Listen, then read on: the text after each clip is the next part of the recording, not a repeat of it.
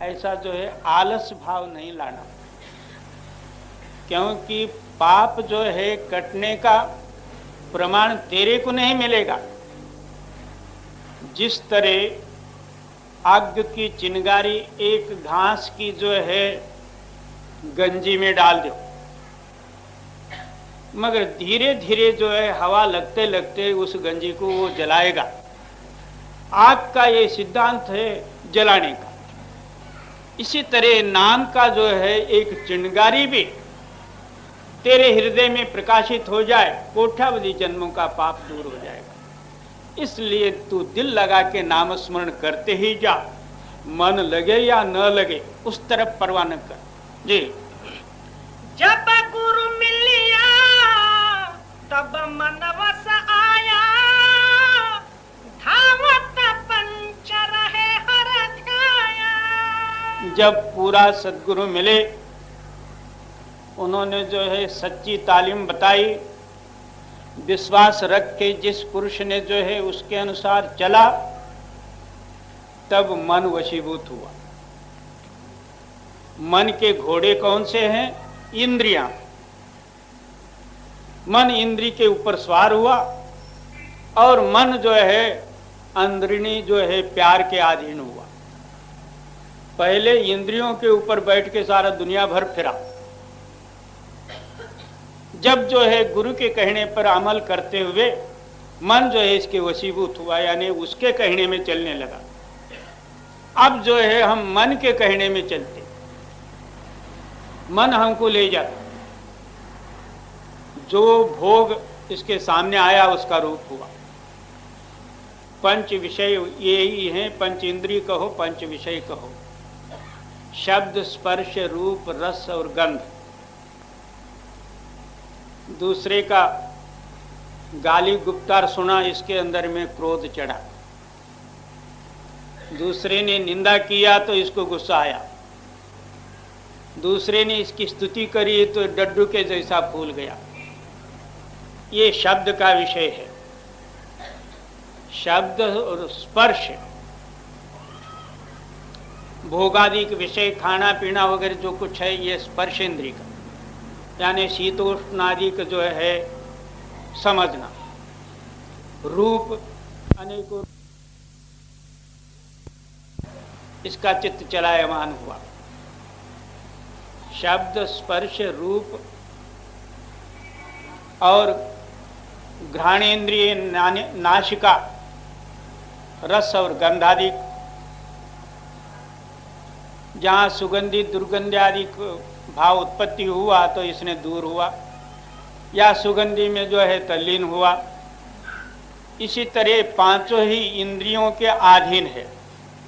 अब जीभा इंद्रिय रस, अच्छा अच्छा जो है खाना पीना जहाँ मिलेगा वहाँ खींच के जाएगा। किसी ने कह दिया कि ताजमहल होटल में जो है काफी और चाय बड़ा अच्छा मिलता, 4 मील बल्कि 10 मील चल के जो है जाएगा, क्योंकि रस है, स्वाद। इसी तरह जो है हमारे पांचों ही इंद्रिय दुनिया के और भोगों के साथ संबंध रखने से ये भी जो है उसके संबंध में मिल गया। जब पूरा सद्गुरु मिले, उन्होंने जो है अंतर्मुख जो है होने का विधि बताई, उसके अनुसार अभ्यास किया, पांचों इंद्रिय अंतर्मुख हो गए। मन काबू में आया, मन इसके कहने में चलने लगा। पहले तो जो है मन के कहने में ये दास था। और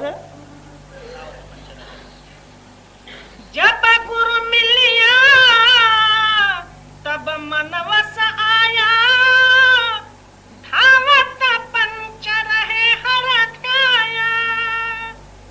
अनुदिन नगरी हर गुण गाया। क्या तब जो है जपने की जरूरत नहीं, वो आप ही आप अंदर जो है लव लगी रही। क्या वर्णन करते हैं? सुमरन सुरत लगाए के मुखते कछु न बोल, बाहर के पट दे के अंतर के पट खोल। वहां बोलने की जरूरत नहीं, जिसके साथ प्यार है और भी वो गुप्त रहता। एक ख्याल मात्र जो है उधर जमा दे। सुमिरन सुरत लगाए के मुखते कछु न बोल, बाहर के पट दे के अंतर के पट खोल। बाहरी सब जो है इंद्रियों का दरवाजा बंद करे और अंदर जो है मालिक का दरवाजा यानी आकाश का दरवाजा खोल के तू स्मरण में लगाए, तो फिर नाम जपने की वहां जरूरत नहीं। जी सतगुरु पग धूरा जिना मुख लाई, तिन कूड़ त्यागे हर लिवलाई।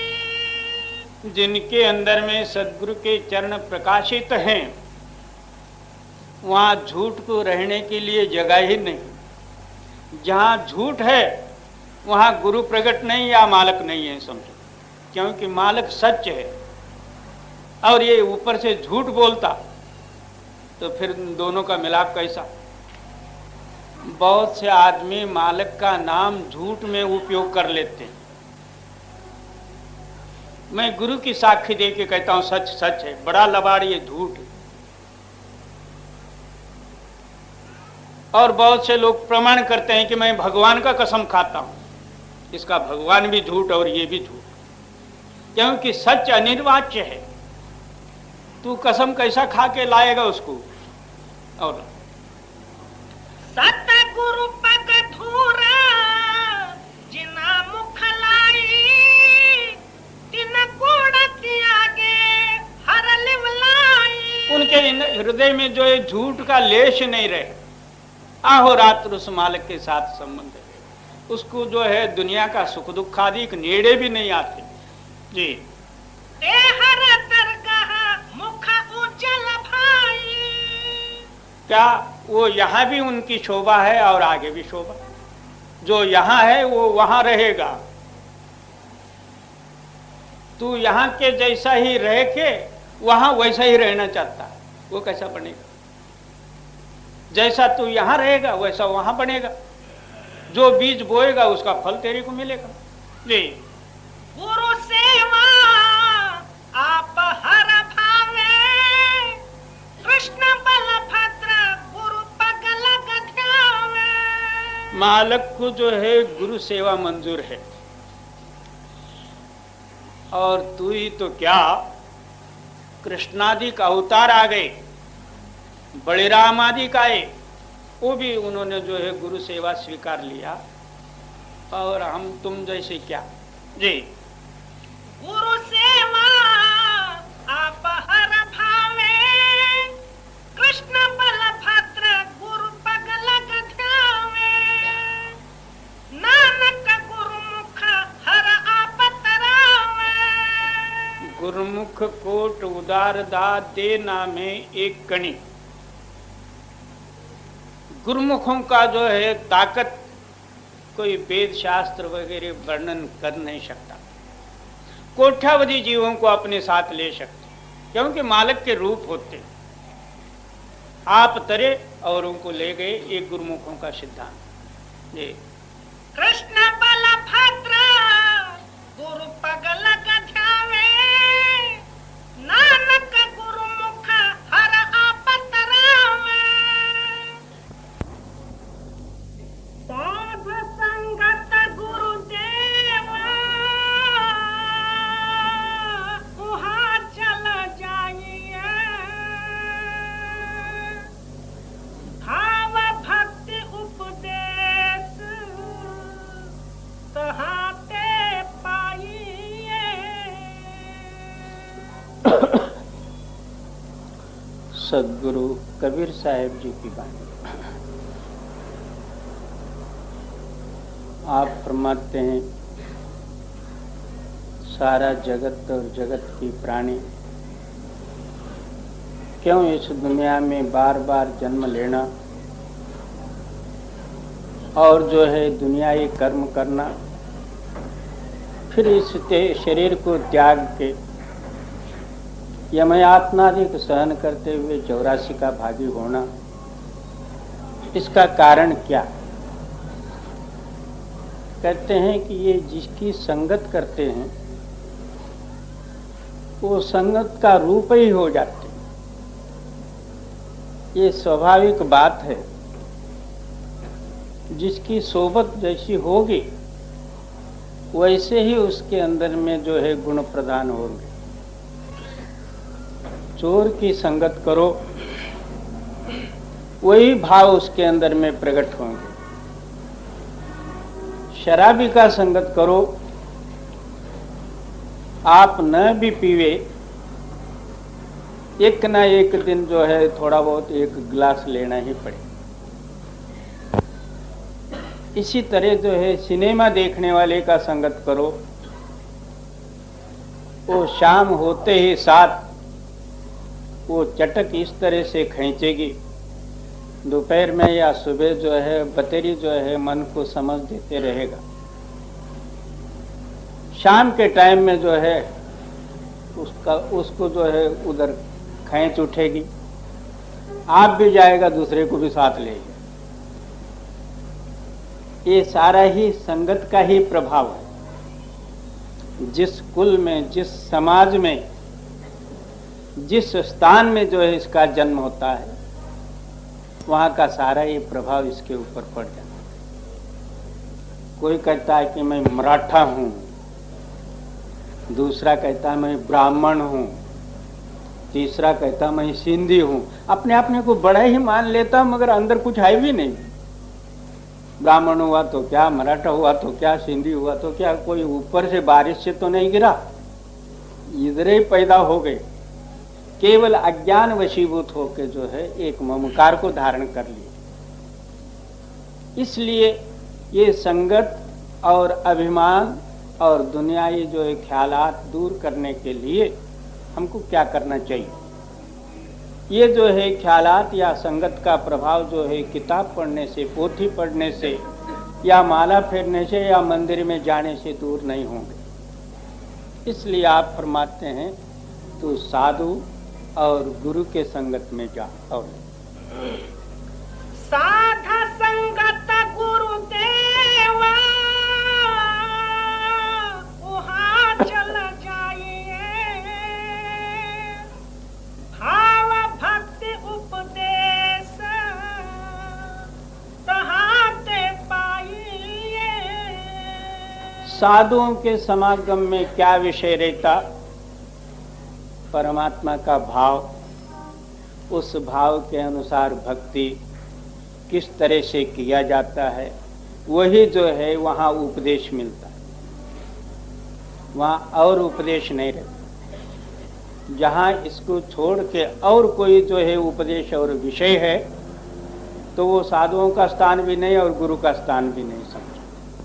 वहाँ क्या लेना चाहिए और वहाँ का विषय क्या है? तो अपने अंदर में परमात्मा का भाव है, उस भाव के अनुसार भक्ति और उस भक्ति से मुक्ति, ये गुण ग्रहण करने के लिए साधुओं के समागम में जाना और साधुओं का समाज भी यही सिद्ध करना। इसलिए साधुओं के समागम की जरूरत है।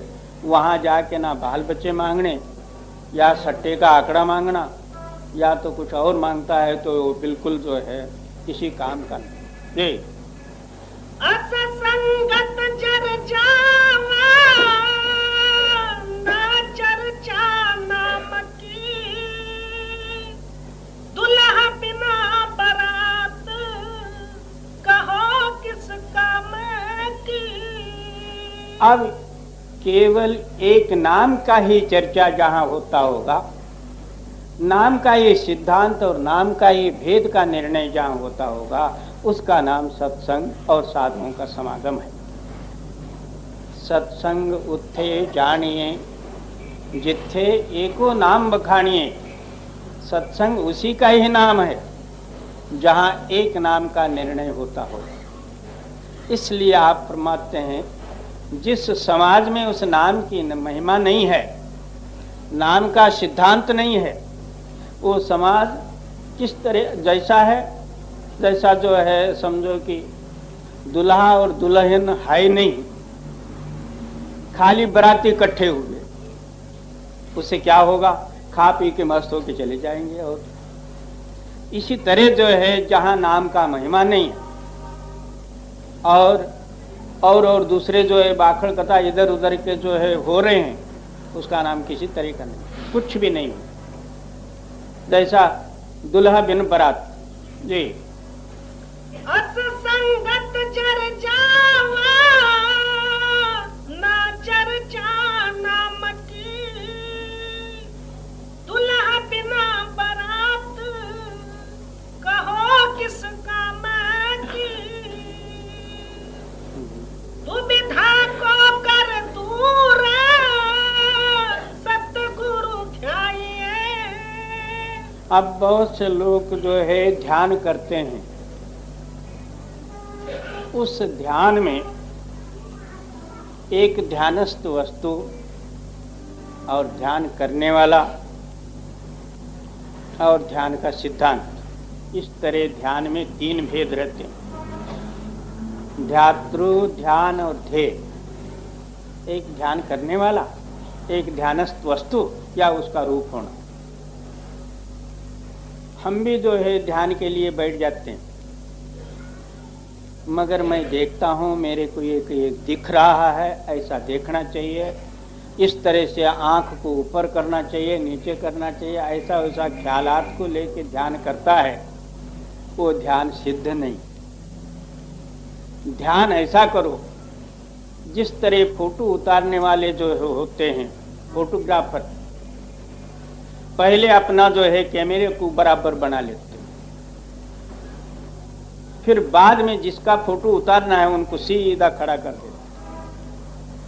इसको खड़ा होने के लिए आता भी न हो, उन्होंने सिर मुंडी इधर उधर करके बराबर खड़ा कर दिया। उनका मतलब ये है कि ये कैमरे के बराबर ही उनका जो है चेहरा आवे और अच्छी तरह से आवे। उसके अंदर में जो है लाइट भी किस तरह से होना चाहिए, ये सारा जब जो है उनके सामने आ जाता है तो झट जो है फोटो उतार लेते। इसी तरह हमारा चित्त रूपी एक कैमरा है, उस कैमरे में जो है हम गुरु का फोटो उतारना चाहते हैं और हमारा चित्त स्थिर होने से प्रकाश रूप हो जाता।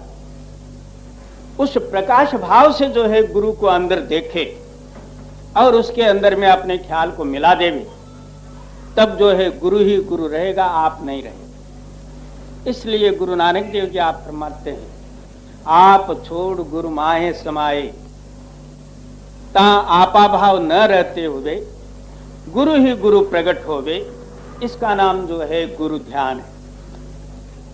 आप अपना मन को जो है सोच लो, विचार लो, हमारा ध्यान किस तरह से होता है। हम ध्यान करना चाहते हैं, एक आता दूसरा ही, किसी के साथ झगड़ा टंटा किया हुआ, कोई हमारा जो है विरोधी, या तो बाल बच्चे या कुटुंब परिवार, धन संपत्ति, ये सारा जो है सामने आके लेना देना खड़ा हो जाता है। ध्यान किसका? इसलिए आप फरमाते हैं कि पहले द्वैत को उतारो, एकता रूप से जो है एक का ध्यान करो, तब वो एक शक्ति आपके अंदर में प्रकट होगी। 2-4 बैठ के तुम ध्यान करोगे तो आएगा किसमें? दुविधा को कर दूर सतगुरु ध्याये, आन देव की सेवा ना चित्त लगाइए। जो पुरुष ऐसा ध्यान करने वाले हैं और दूसरा कोई उसके ख्याल में ही नहीं होना चाहिए। अब जहां देखा तहां जो है इसने मत्था टेका, ये क्या है तो ये बड़ा देव है, ये कौन है तो सत्यनारायण है, दूसरा कौन है तो महालक्ष्मी है। बाबा ऐसे सब तेरे अंदर में भरे हैं तो ध्यान किसका करता जी? आन देव की सेवा भली नहीं जीव को, कहे कबीर विचार न पावे पीवे को।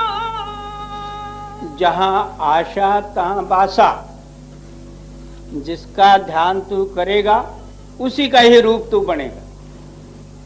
इस तरह सद्गुरु का ध्यान करने वाले गुरु के प्यारे और देवताओं को साथ लेके बैठे ना ये हुआ ना वो हुआ, आखिर नाश हुआ। तू जो है नामदारी बन के फिर बाहर का कर्मकांड और गणपति वगैरह क्यों पूछता?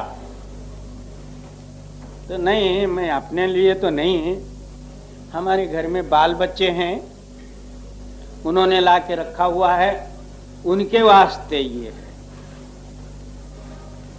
जब तेरे ख्याल में ही नहीं है और तेरा ही जो है इतना दिन का ख्यालात भूल में था, अब बाल बच्चों को क्यों भला भूल में लगाता है? उनके वास्ते गणपति लाया, बाबा उनके वास्ते क्यों लाया? तू ला के इतना दिन जो है क्या किया उससे?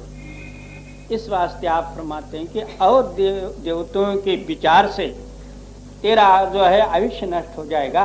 ये सब सारे जंजाल को छोड़ के तू एक में लव लगा ले। क्या एक साधे सब सदे, सब साधे सब ही जाए। एक की का साधना करने से सारे ही साधन सिद्ध हो जाते हैं और सारे साधन करने से एक भी नहीं बनता।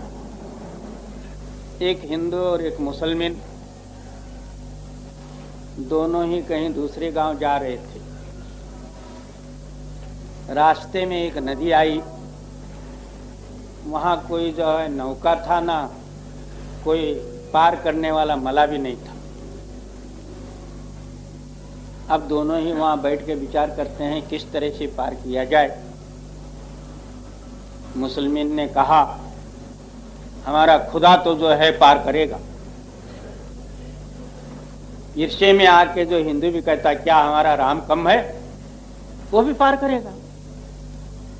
चलो, वो मुसलमान ने जाके एक कपड़ा जो है 4 घड़ी बना के पानी पर डाला, ला इलाहा इल्लल्लाह करके जाके बैठ गए। तो इतना पानी आ गया तो भी उसने ला इलाहा छोड़ा ही नहीं। तो आखिर मुंह तक आया तो भी उसने ला इलाहा छोड़ा नहीं। तो फिर तो अल्लाह को आना पड़ा। हमारा हिंदू भाई राम राम करके जाके बैठा, पानी इतना आया, कृष्ण कृष्ण गोविंद गोविंद विठल विठल गोविंद। देखो एक देवता जो है आ रहा था, उसको छोड़ा, दूसरे को बुलाया। वो आ रहा था, तीसरे को बुलाया। कोई किसी की सहायता नहीं मिली तो आखिर डूबना ही पड़ा। इसी तरह हमारे हिंदुओं के देवताओं का कोई हिसाब ही नहीं, कितने हैं क्या पता। 33 कोटि देव शास्त्रों में है, मगर इधर जो है बने हुए देवते कितने हैं क्या पता। जितने कंकर उतने शंकर। हमारे देवताओं का कोई हिसाब नहीं। अब कौन सा देवता भला तेरे को रक्षा करेगा? इस वास्ते आप समझना हो। आन देव की सेवा भली नहीं जीव को, कहे कबीर विचार न पावे पीवे को।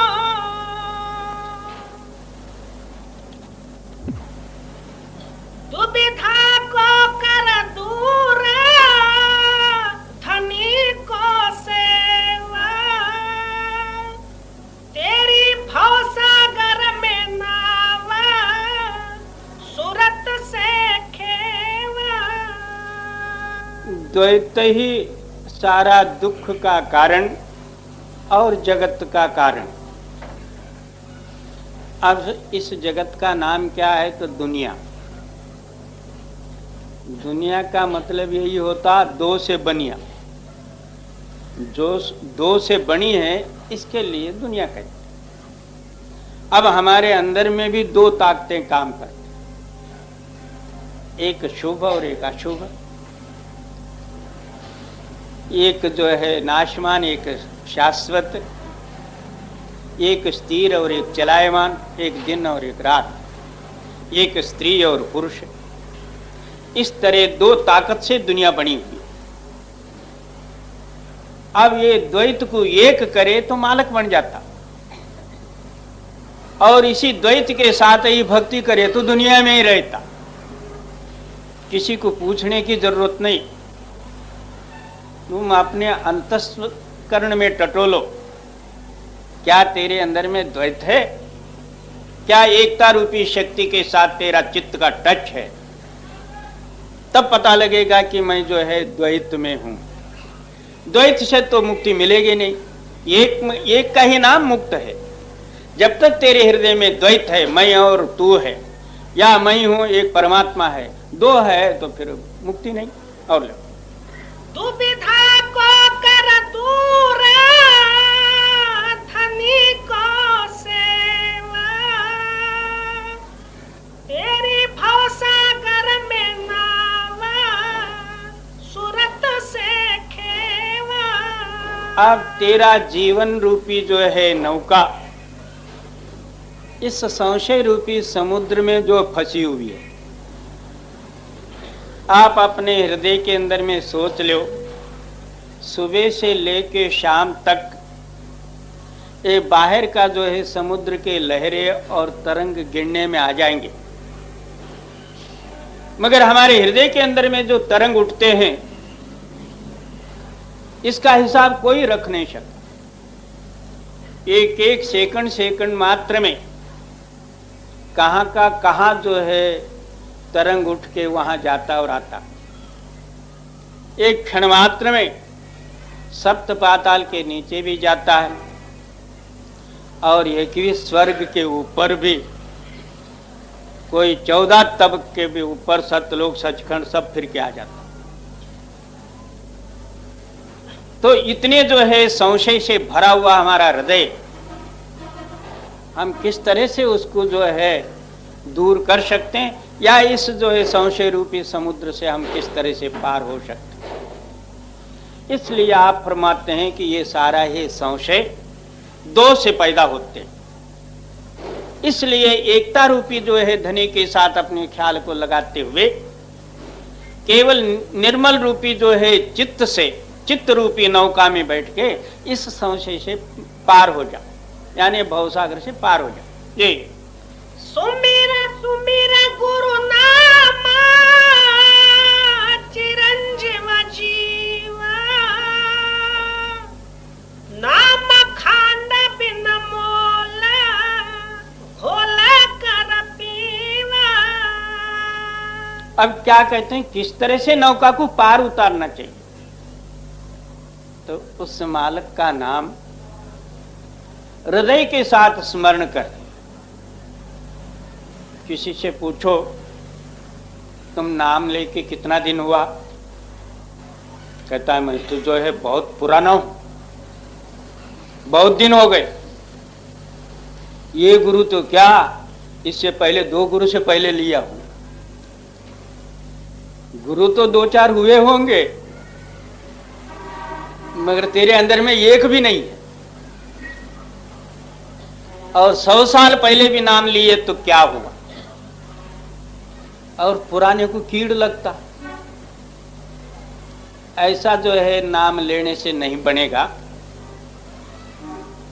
चाहे कितने दिन भी होवे नाम लेके, जब नाम की प्रकटता ही नहीं, नाम का जो है प्रत्यक्षताई का तेरे अंदर में प्रमाण नहीं, तो अभी तक तू नाम लिया ही नहीं समझ।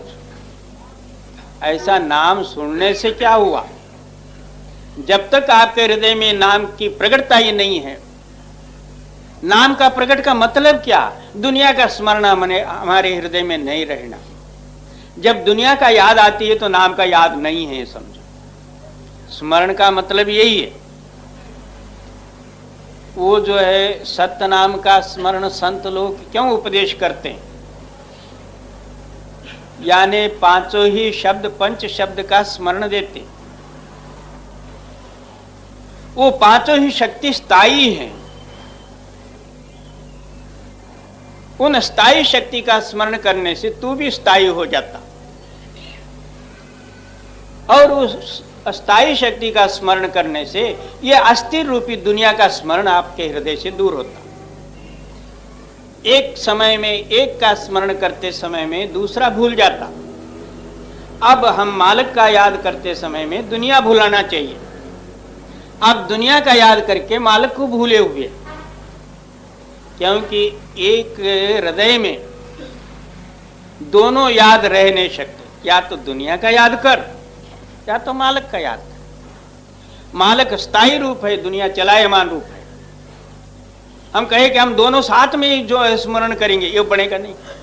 दिन और रात दोनों इकट्ठा देखेंगे, वो भला कैसा होगा? रात में नींद आती है, दिन में भूख लगती है। नींद में सोया हुआ आदमी रोटी खा नहीं सकता, रोटी खाने वाला सो नहीं सकता। और सुमिरा सुमिरा गुरु नामा चिरंजीव जीवा नाम खांड बिन मोला खोला कर पीवा। इस तरह स्मरण कर जीव अमर है। चिरंजीव का मतलब ये है कि अमर है। ऐसा जो है नामामृत रूपी जो है खांड तो घोल कर पी ले, यानी जो है आपके अंदर में अमृत की बरखा हो रहे, इसको पान कर तो क्या होगा? मैं मेरी मिटेगी, तू अमर हो जाएगी। जी। काया में नहीं नामा गुरु के हेत का नाम बिना बेकाम मतीला खेल का। कहते हैं बहुत से लोग इस शरीर के साथ जो है राम राम कहना या मंत्र जाप जपना या माला फेरना या कुछ और क्रिया कर्म करने का नाम जो है वो नाम और उपदेश और भजन कहते हैं।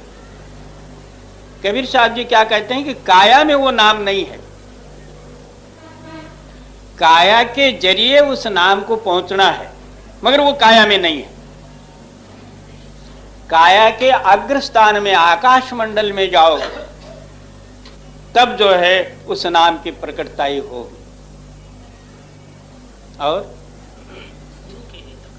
और वो नाम क्या चीज है?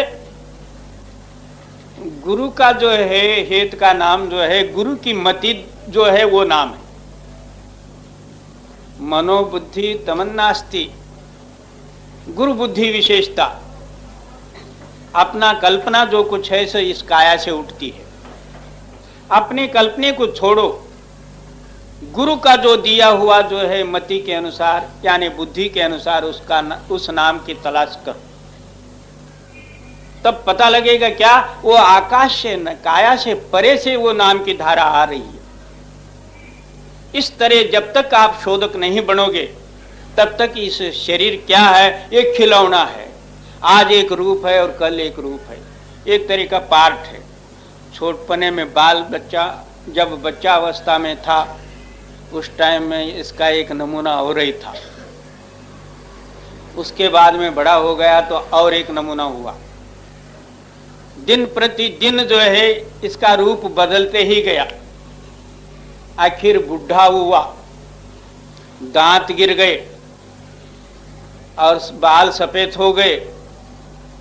अब समझो कि इस बुढ़े को बाल अवस्था में ले जाके जो है देखना चाहोगे तो कहां से मिलना, क्योंकि ये पार्ट बदल गए। इसी तरह आप फरमाते हैं कि ये काया एक खिलौना है। आज एक खेल खेलता है तो कल दूसरा ही खेल बैठता। जी। काया में नहीं नामा गुरु के हेत का नाम बिना बेकाम मतीला खेल का। ऊंचे बैठ कचहरी न्याम चुकावते ते माटी मिल गए नजर नहीं आवते। उसी में कोई छोटा बन गया, एक बड़ा बन गया, एक गुनहगार बन गया, एक आरोपी बन गया, एक फिरियादी बन गया। और इन दोनों आरोपी और फिरियादी के ऊपर एक न्याय देने वाला न्यायाधीश बन गया। उस न्यायाधीश के पास भी क्या है? किताबें देखी और कानून के अनुसार उसको सजा दे दिया, न्याय दे दिया। उसका खास का स्वतः का नहीं है, वो न्याय भी कोई बना के रखे हुए। इसने पढ़ लिया और इन पर घटा के जो है इनको कैद कर दिया, या तो दंड कर दिया, या तो जो है पैसा ले लिया, या तो कुछ कर दिया। और न्याय करने वाला भी रहता है, वो भी खत्म हो जाता है। ये दुनिया ऐसी है, एक रोता है तो एक हंसता है, एक जन्मता है तो एक मरता है। तो न्याय कहाँ हुआ? न्याय करने वाला भी रहता है, वो भी मरता है। तो बाबा तू न्याय किसका दे रहा? ये तू माया धन धाम देख मत भूल रे, दिनाचार का रंग मिलेगा धूल रे। कहते हैं कि हर एक आदमी अपने आप को सच्चा और विचारवान, ज्ञानी, न्यायकारी समझ के दूसरे को न्याय बतलाने का कोशिश करता। अपने आप को अच्छा समझता, दूसरे को बुरा समझता। अपने आप को विचारी समझता, दूसरे को अविचारी समझता। एक समय में हजरत इब्राहिम के पास सारे गांव वाले मिलके एक फरियाद ले गए। कहते हैं कि महाराज, ये एक औरत है, वो बड़ी बदमाश है, सारा नगर को खराब करके रखी हुई है, इसके लिए जो है कुछ दंड होना चाहिए। तो हजरत साहब कहते हैं, आप ही कहो इसको क्या दंड होना चाहिए। नहीं महाराज, आप ही जो है उसको कह दो, उसी तरह से हम इनको करेंगे। तो कहते हैं कि कल जो है इसको बीच मैदान में खड़ा करो, सारे गांव वाले जो है चारों तरफ जो है खड़ा होके हाथ में एक एक पत्थर लेके सब ने मिलके इसको मारो। क्यों? सारे ही इसको बुरा कहते हो आप, इसलिए उसका नतीजा यही है, सब लोगों ने आप अपना हाथ में जो है पत्थर ले लो, इसको पीटो। दूसरे दिन उसी तरह गांव के बीच मैदान में उस औरत को खड़ा किया गया। सब ने अपने हाथ में जो है एक एक पत्थर ली। वहां पर जो है हजरत इब्राहिम साहब भी आ गए। वो पत्थर मारने से पहले हजरत साहब कहते हैं, देखो भाई, इसको पत्थर तो जरूर मारना, क्योंकि ये सारा गांव को खराब करती है, और इसका जान लेना ये भी ठीक है। मगर बात एक है इसके अंदर में, जो इसकी बुराई है वो बुराई आपके अंदर में न होए, तब तो जो है आप इसको बेशक मार सकते हो। उसके अंदर में जो बुराई है वो आपके अंदर में भी है, तब आप मारने का अधिकार नहीं रखते।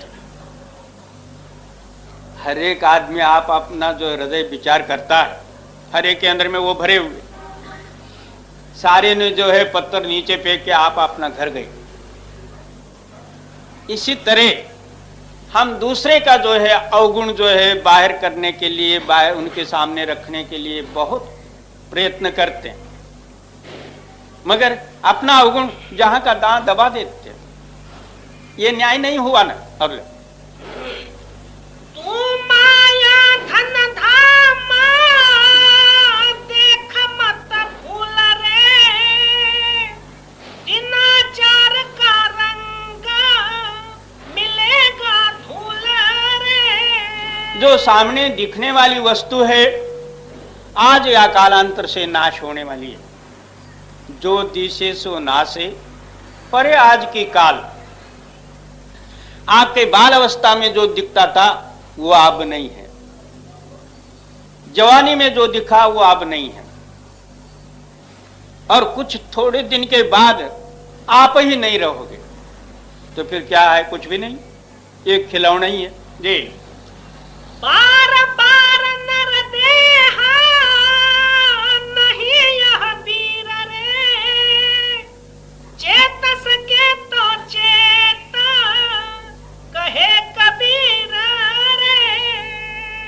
अब ऐसा सुंदर नर शरीर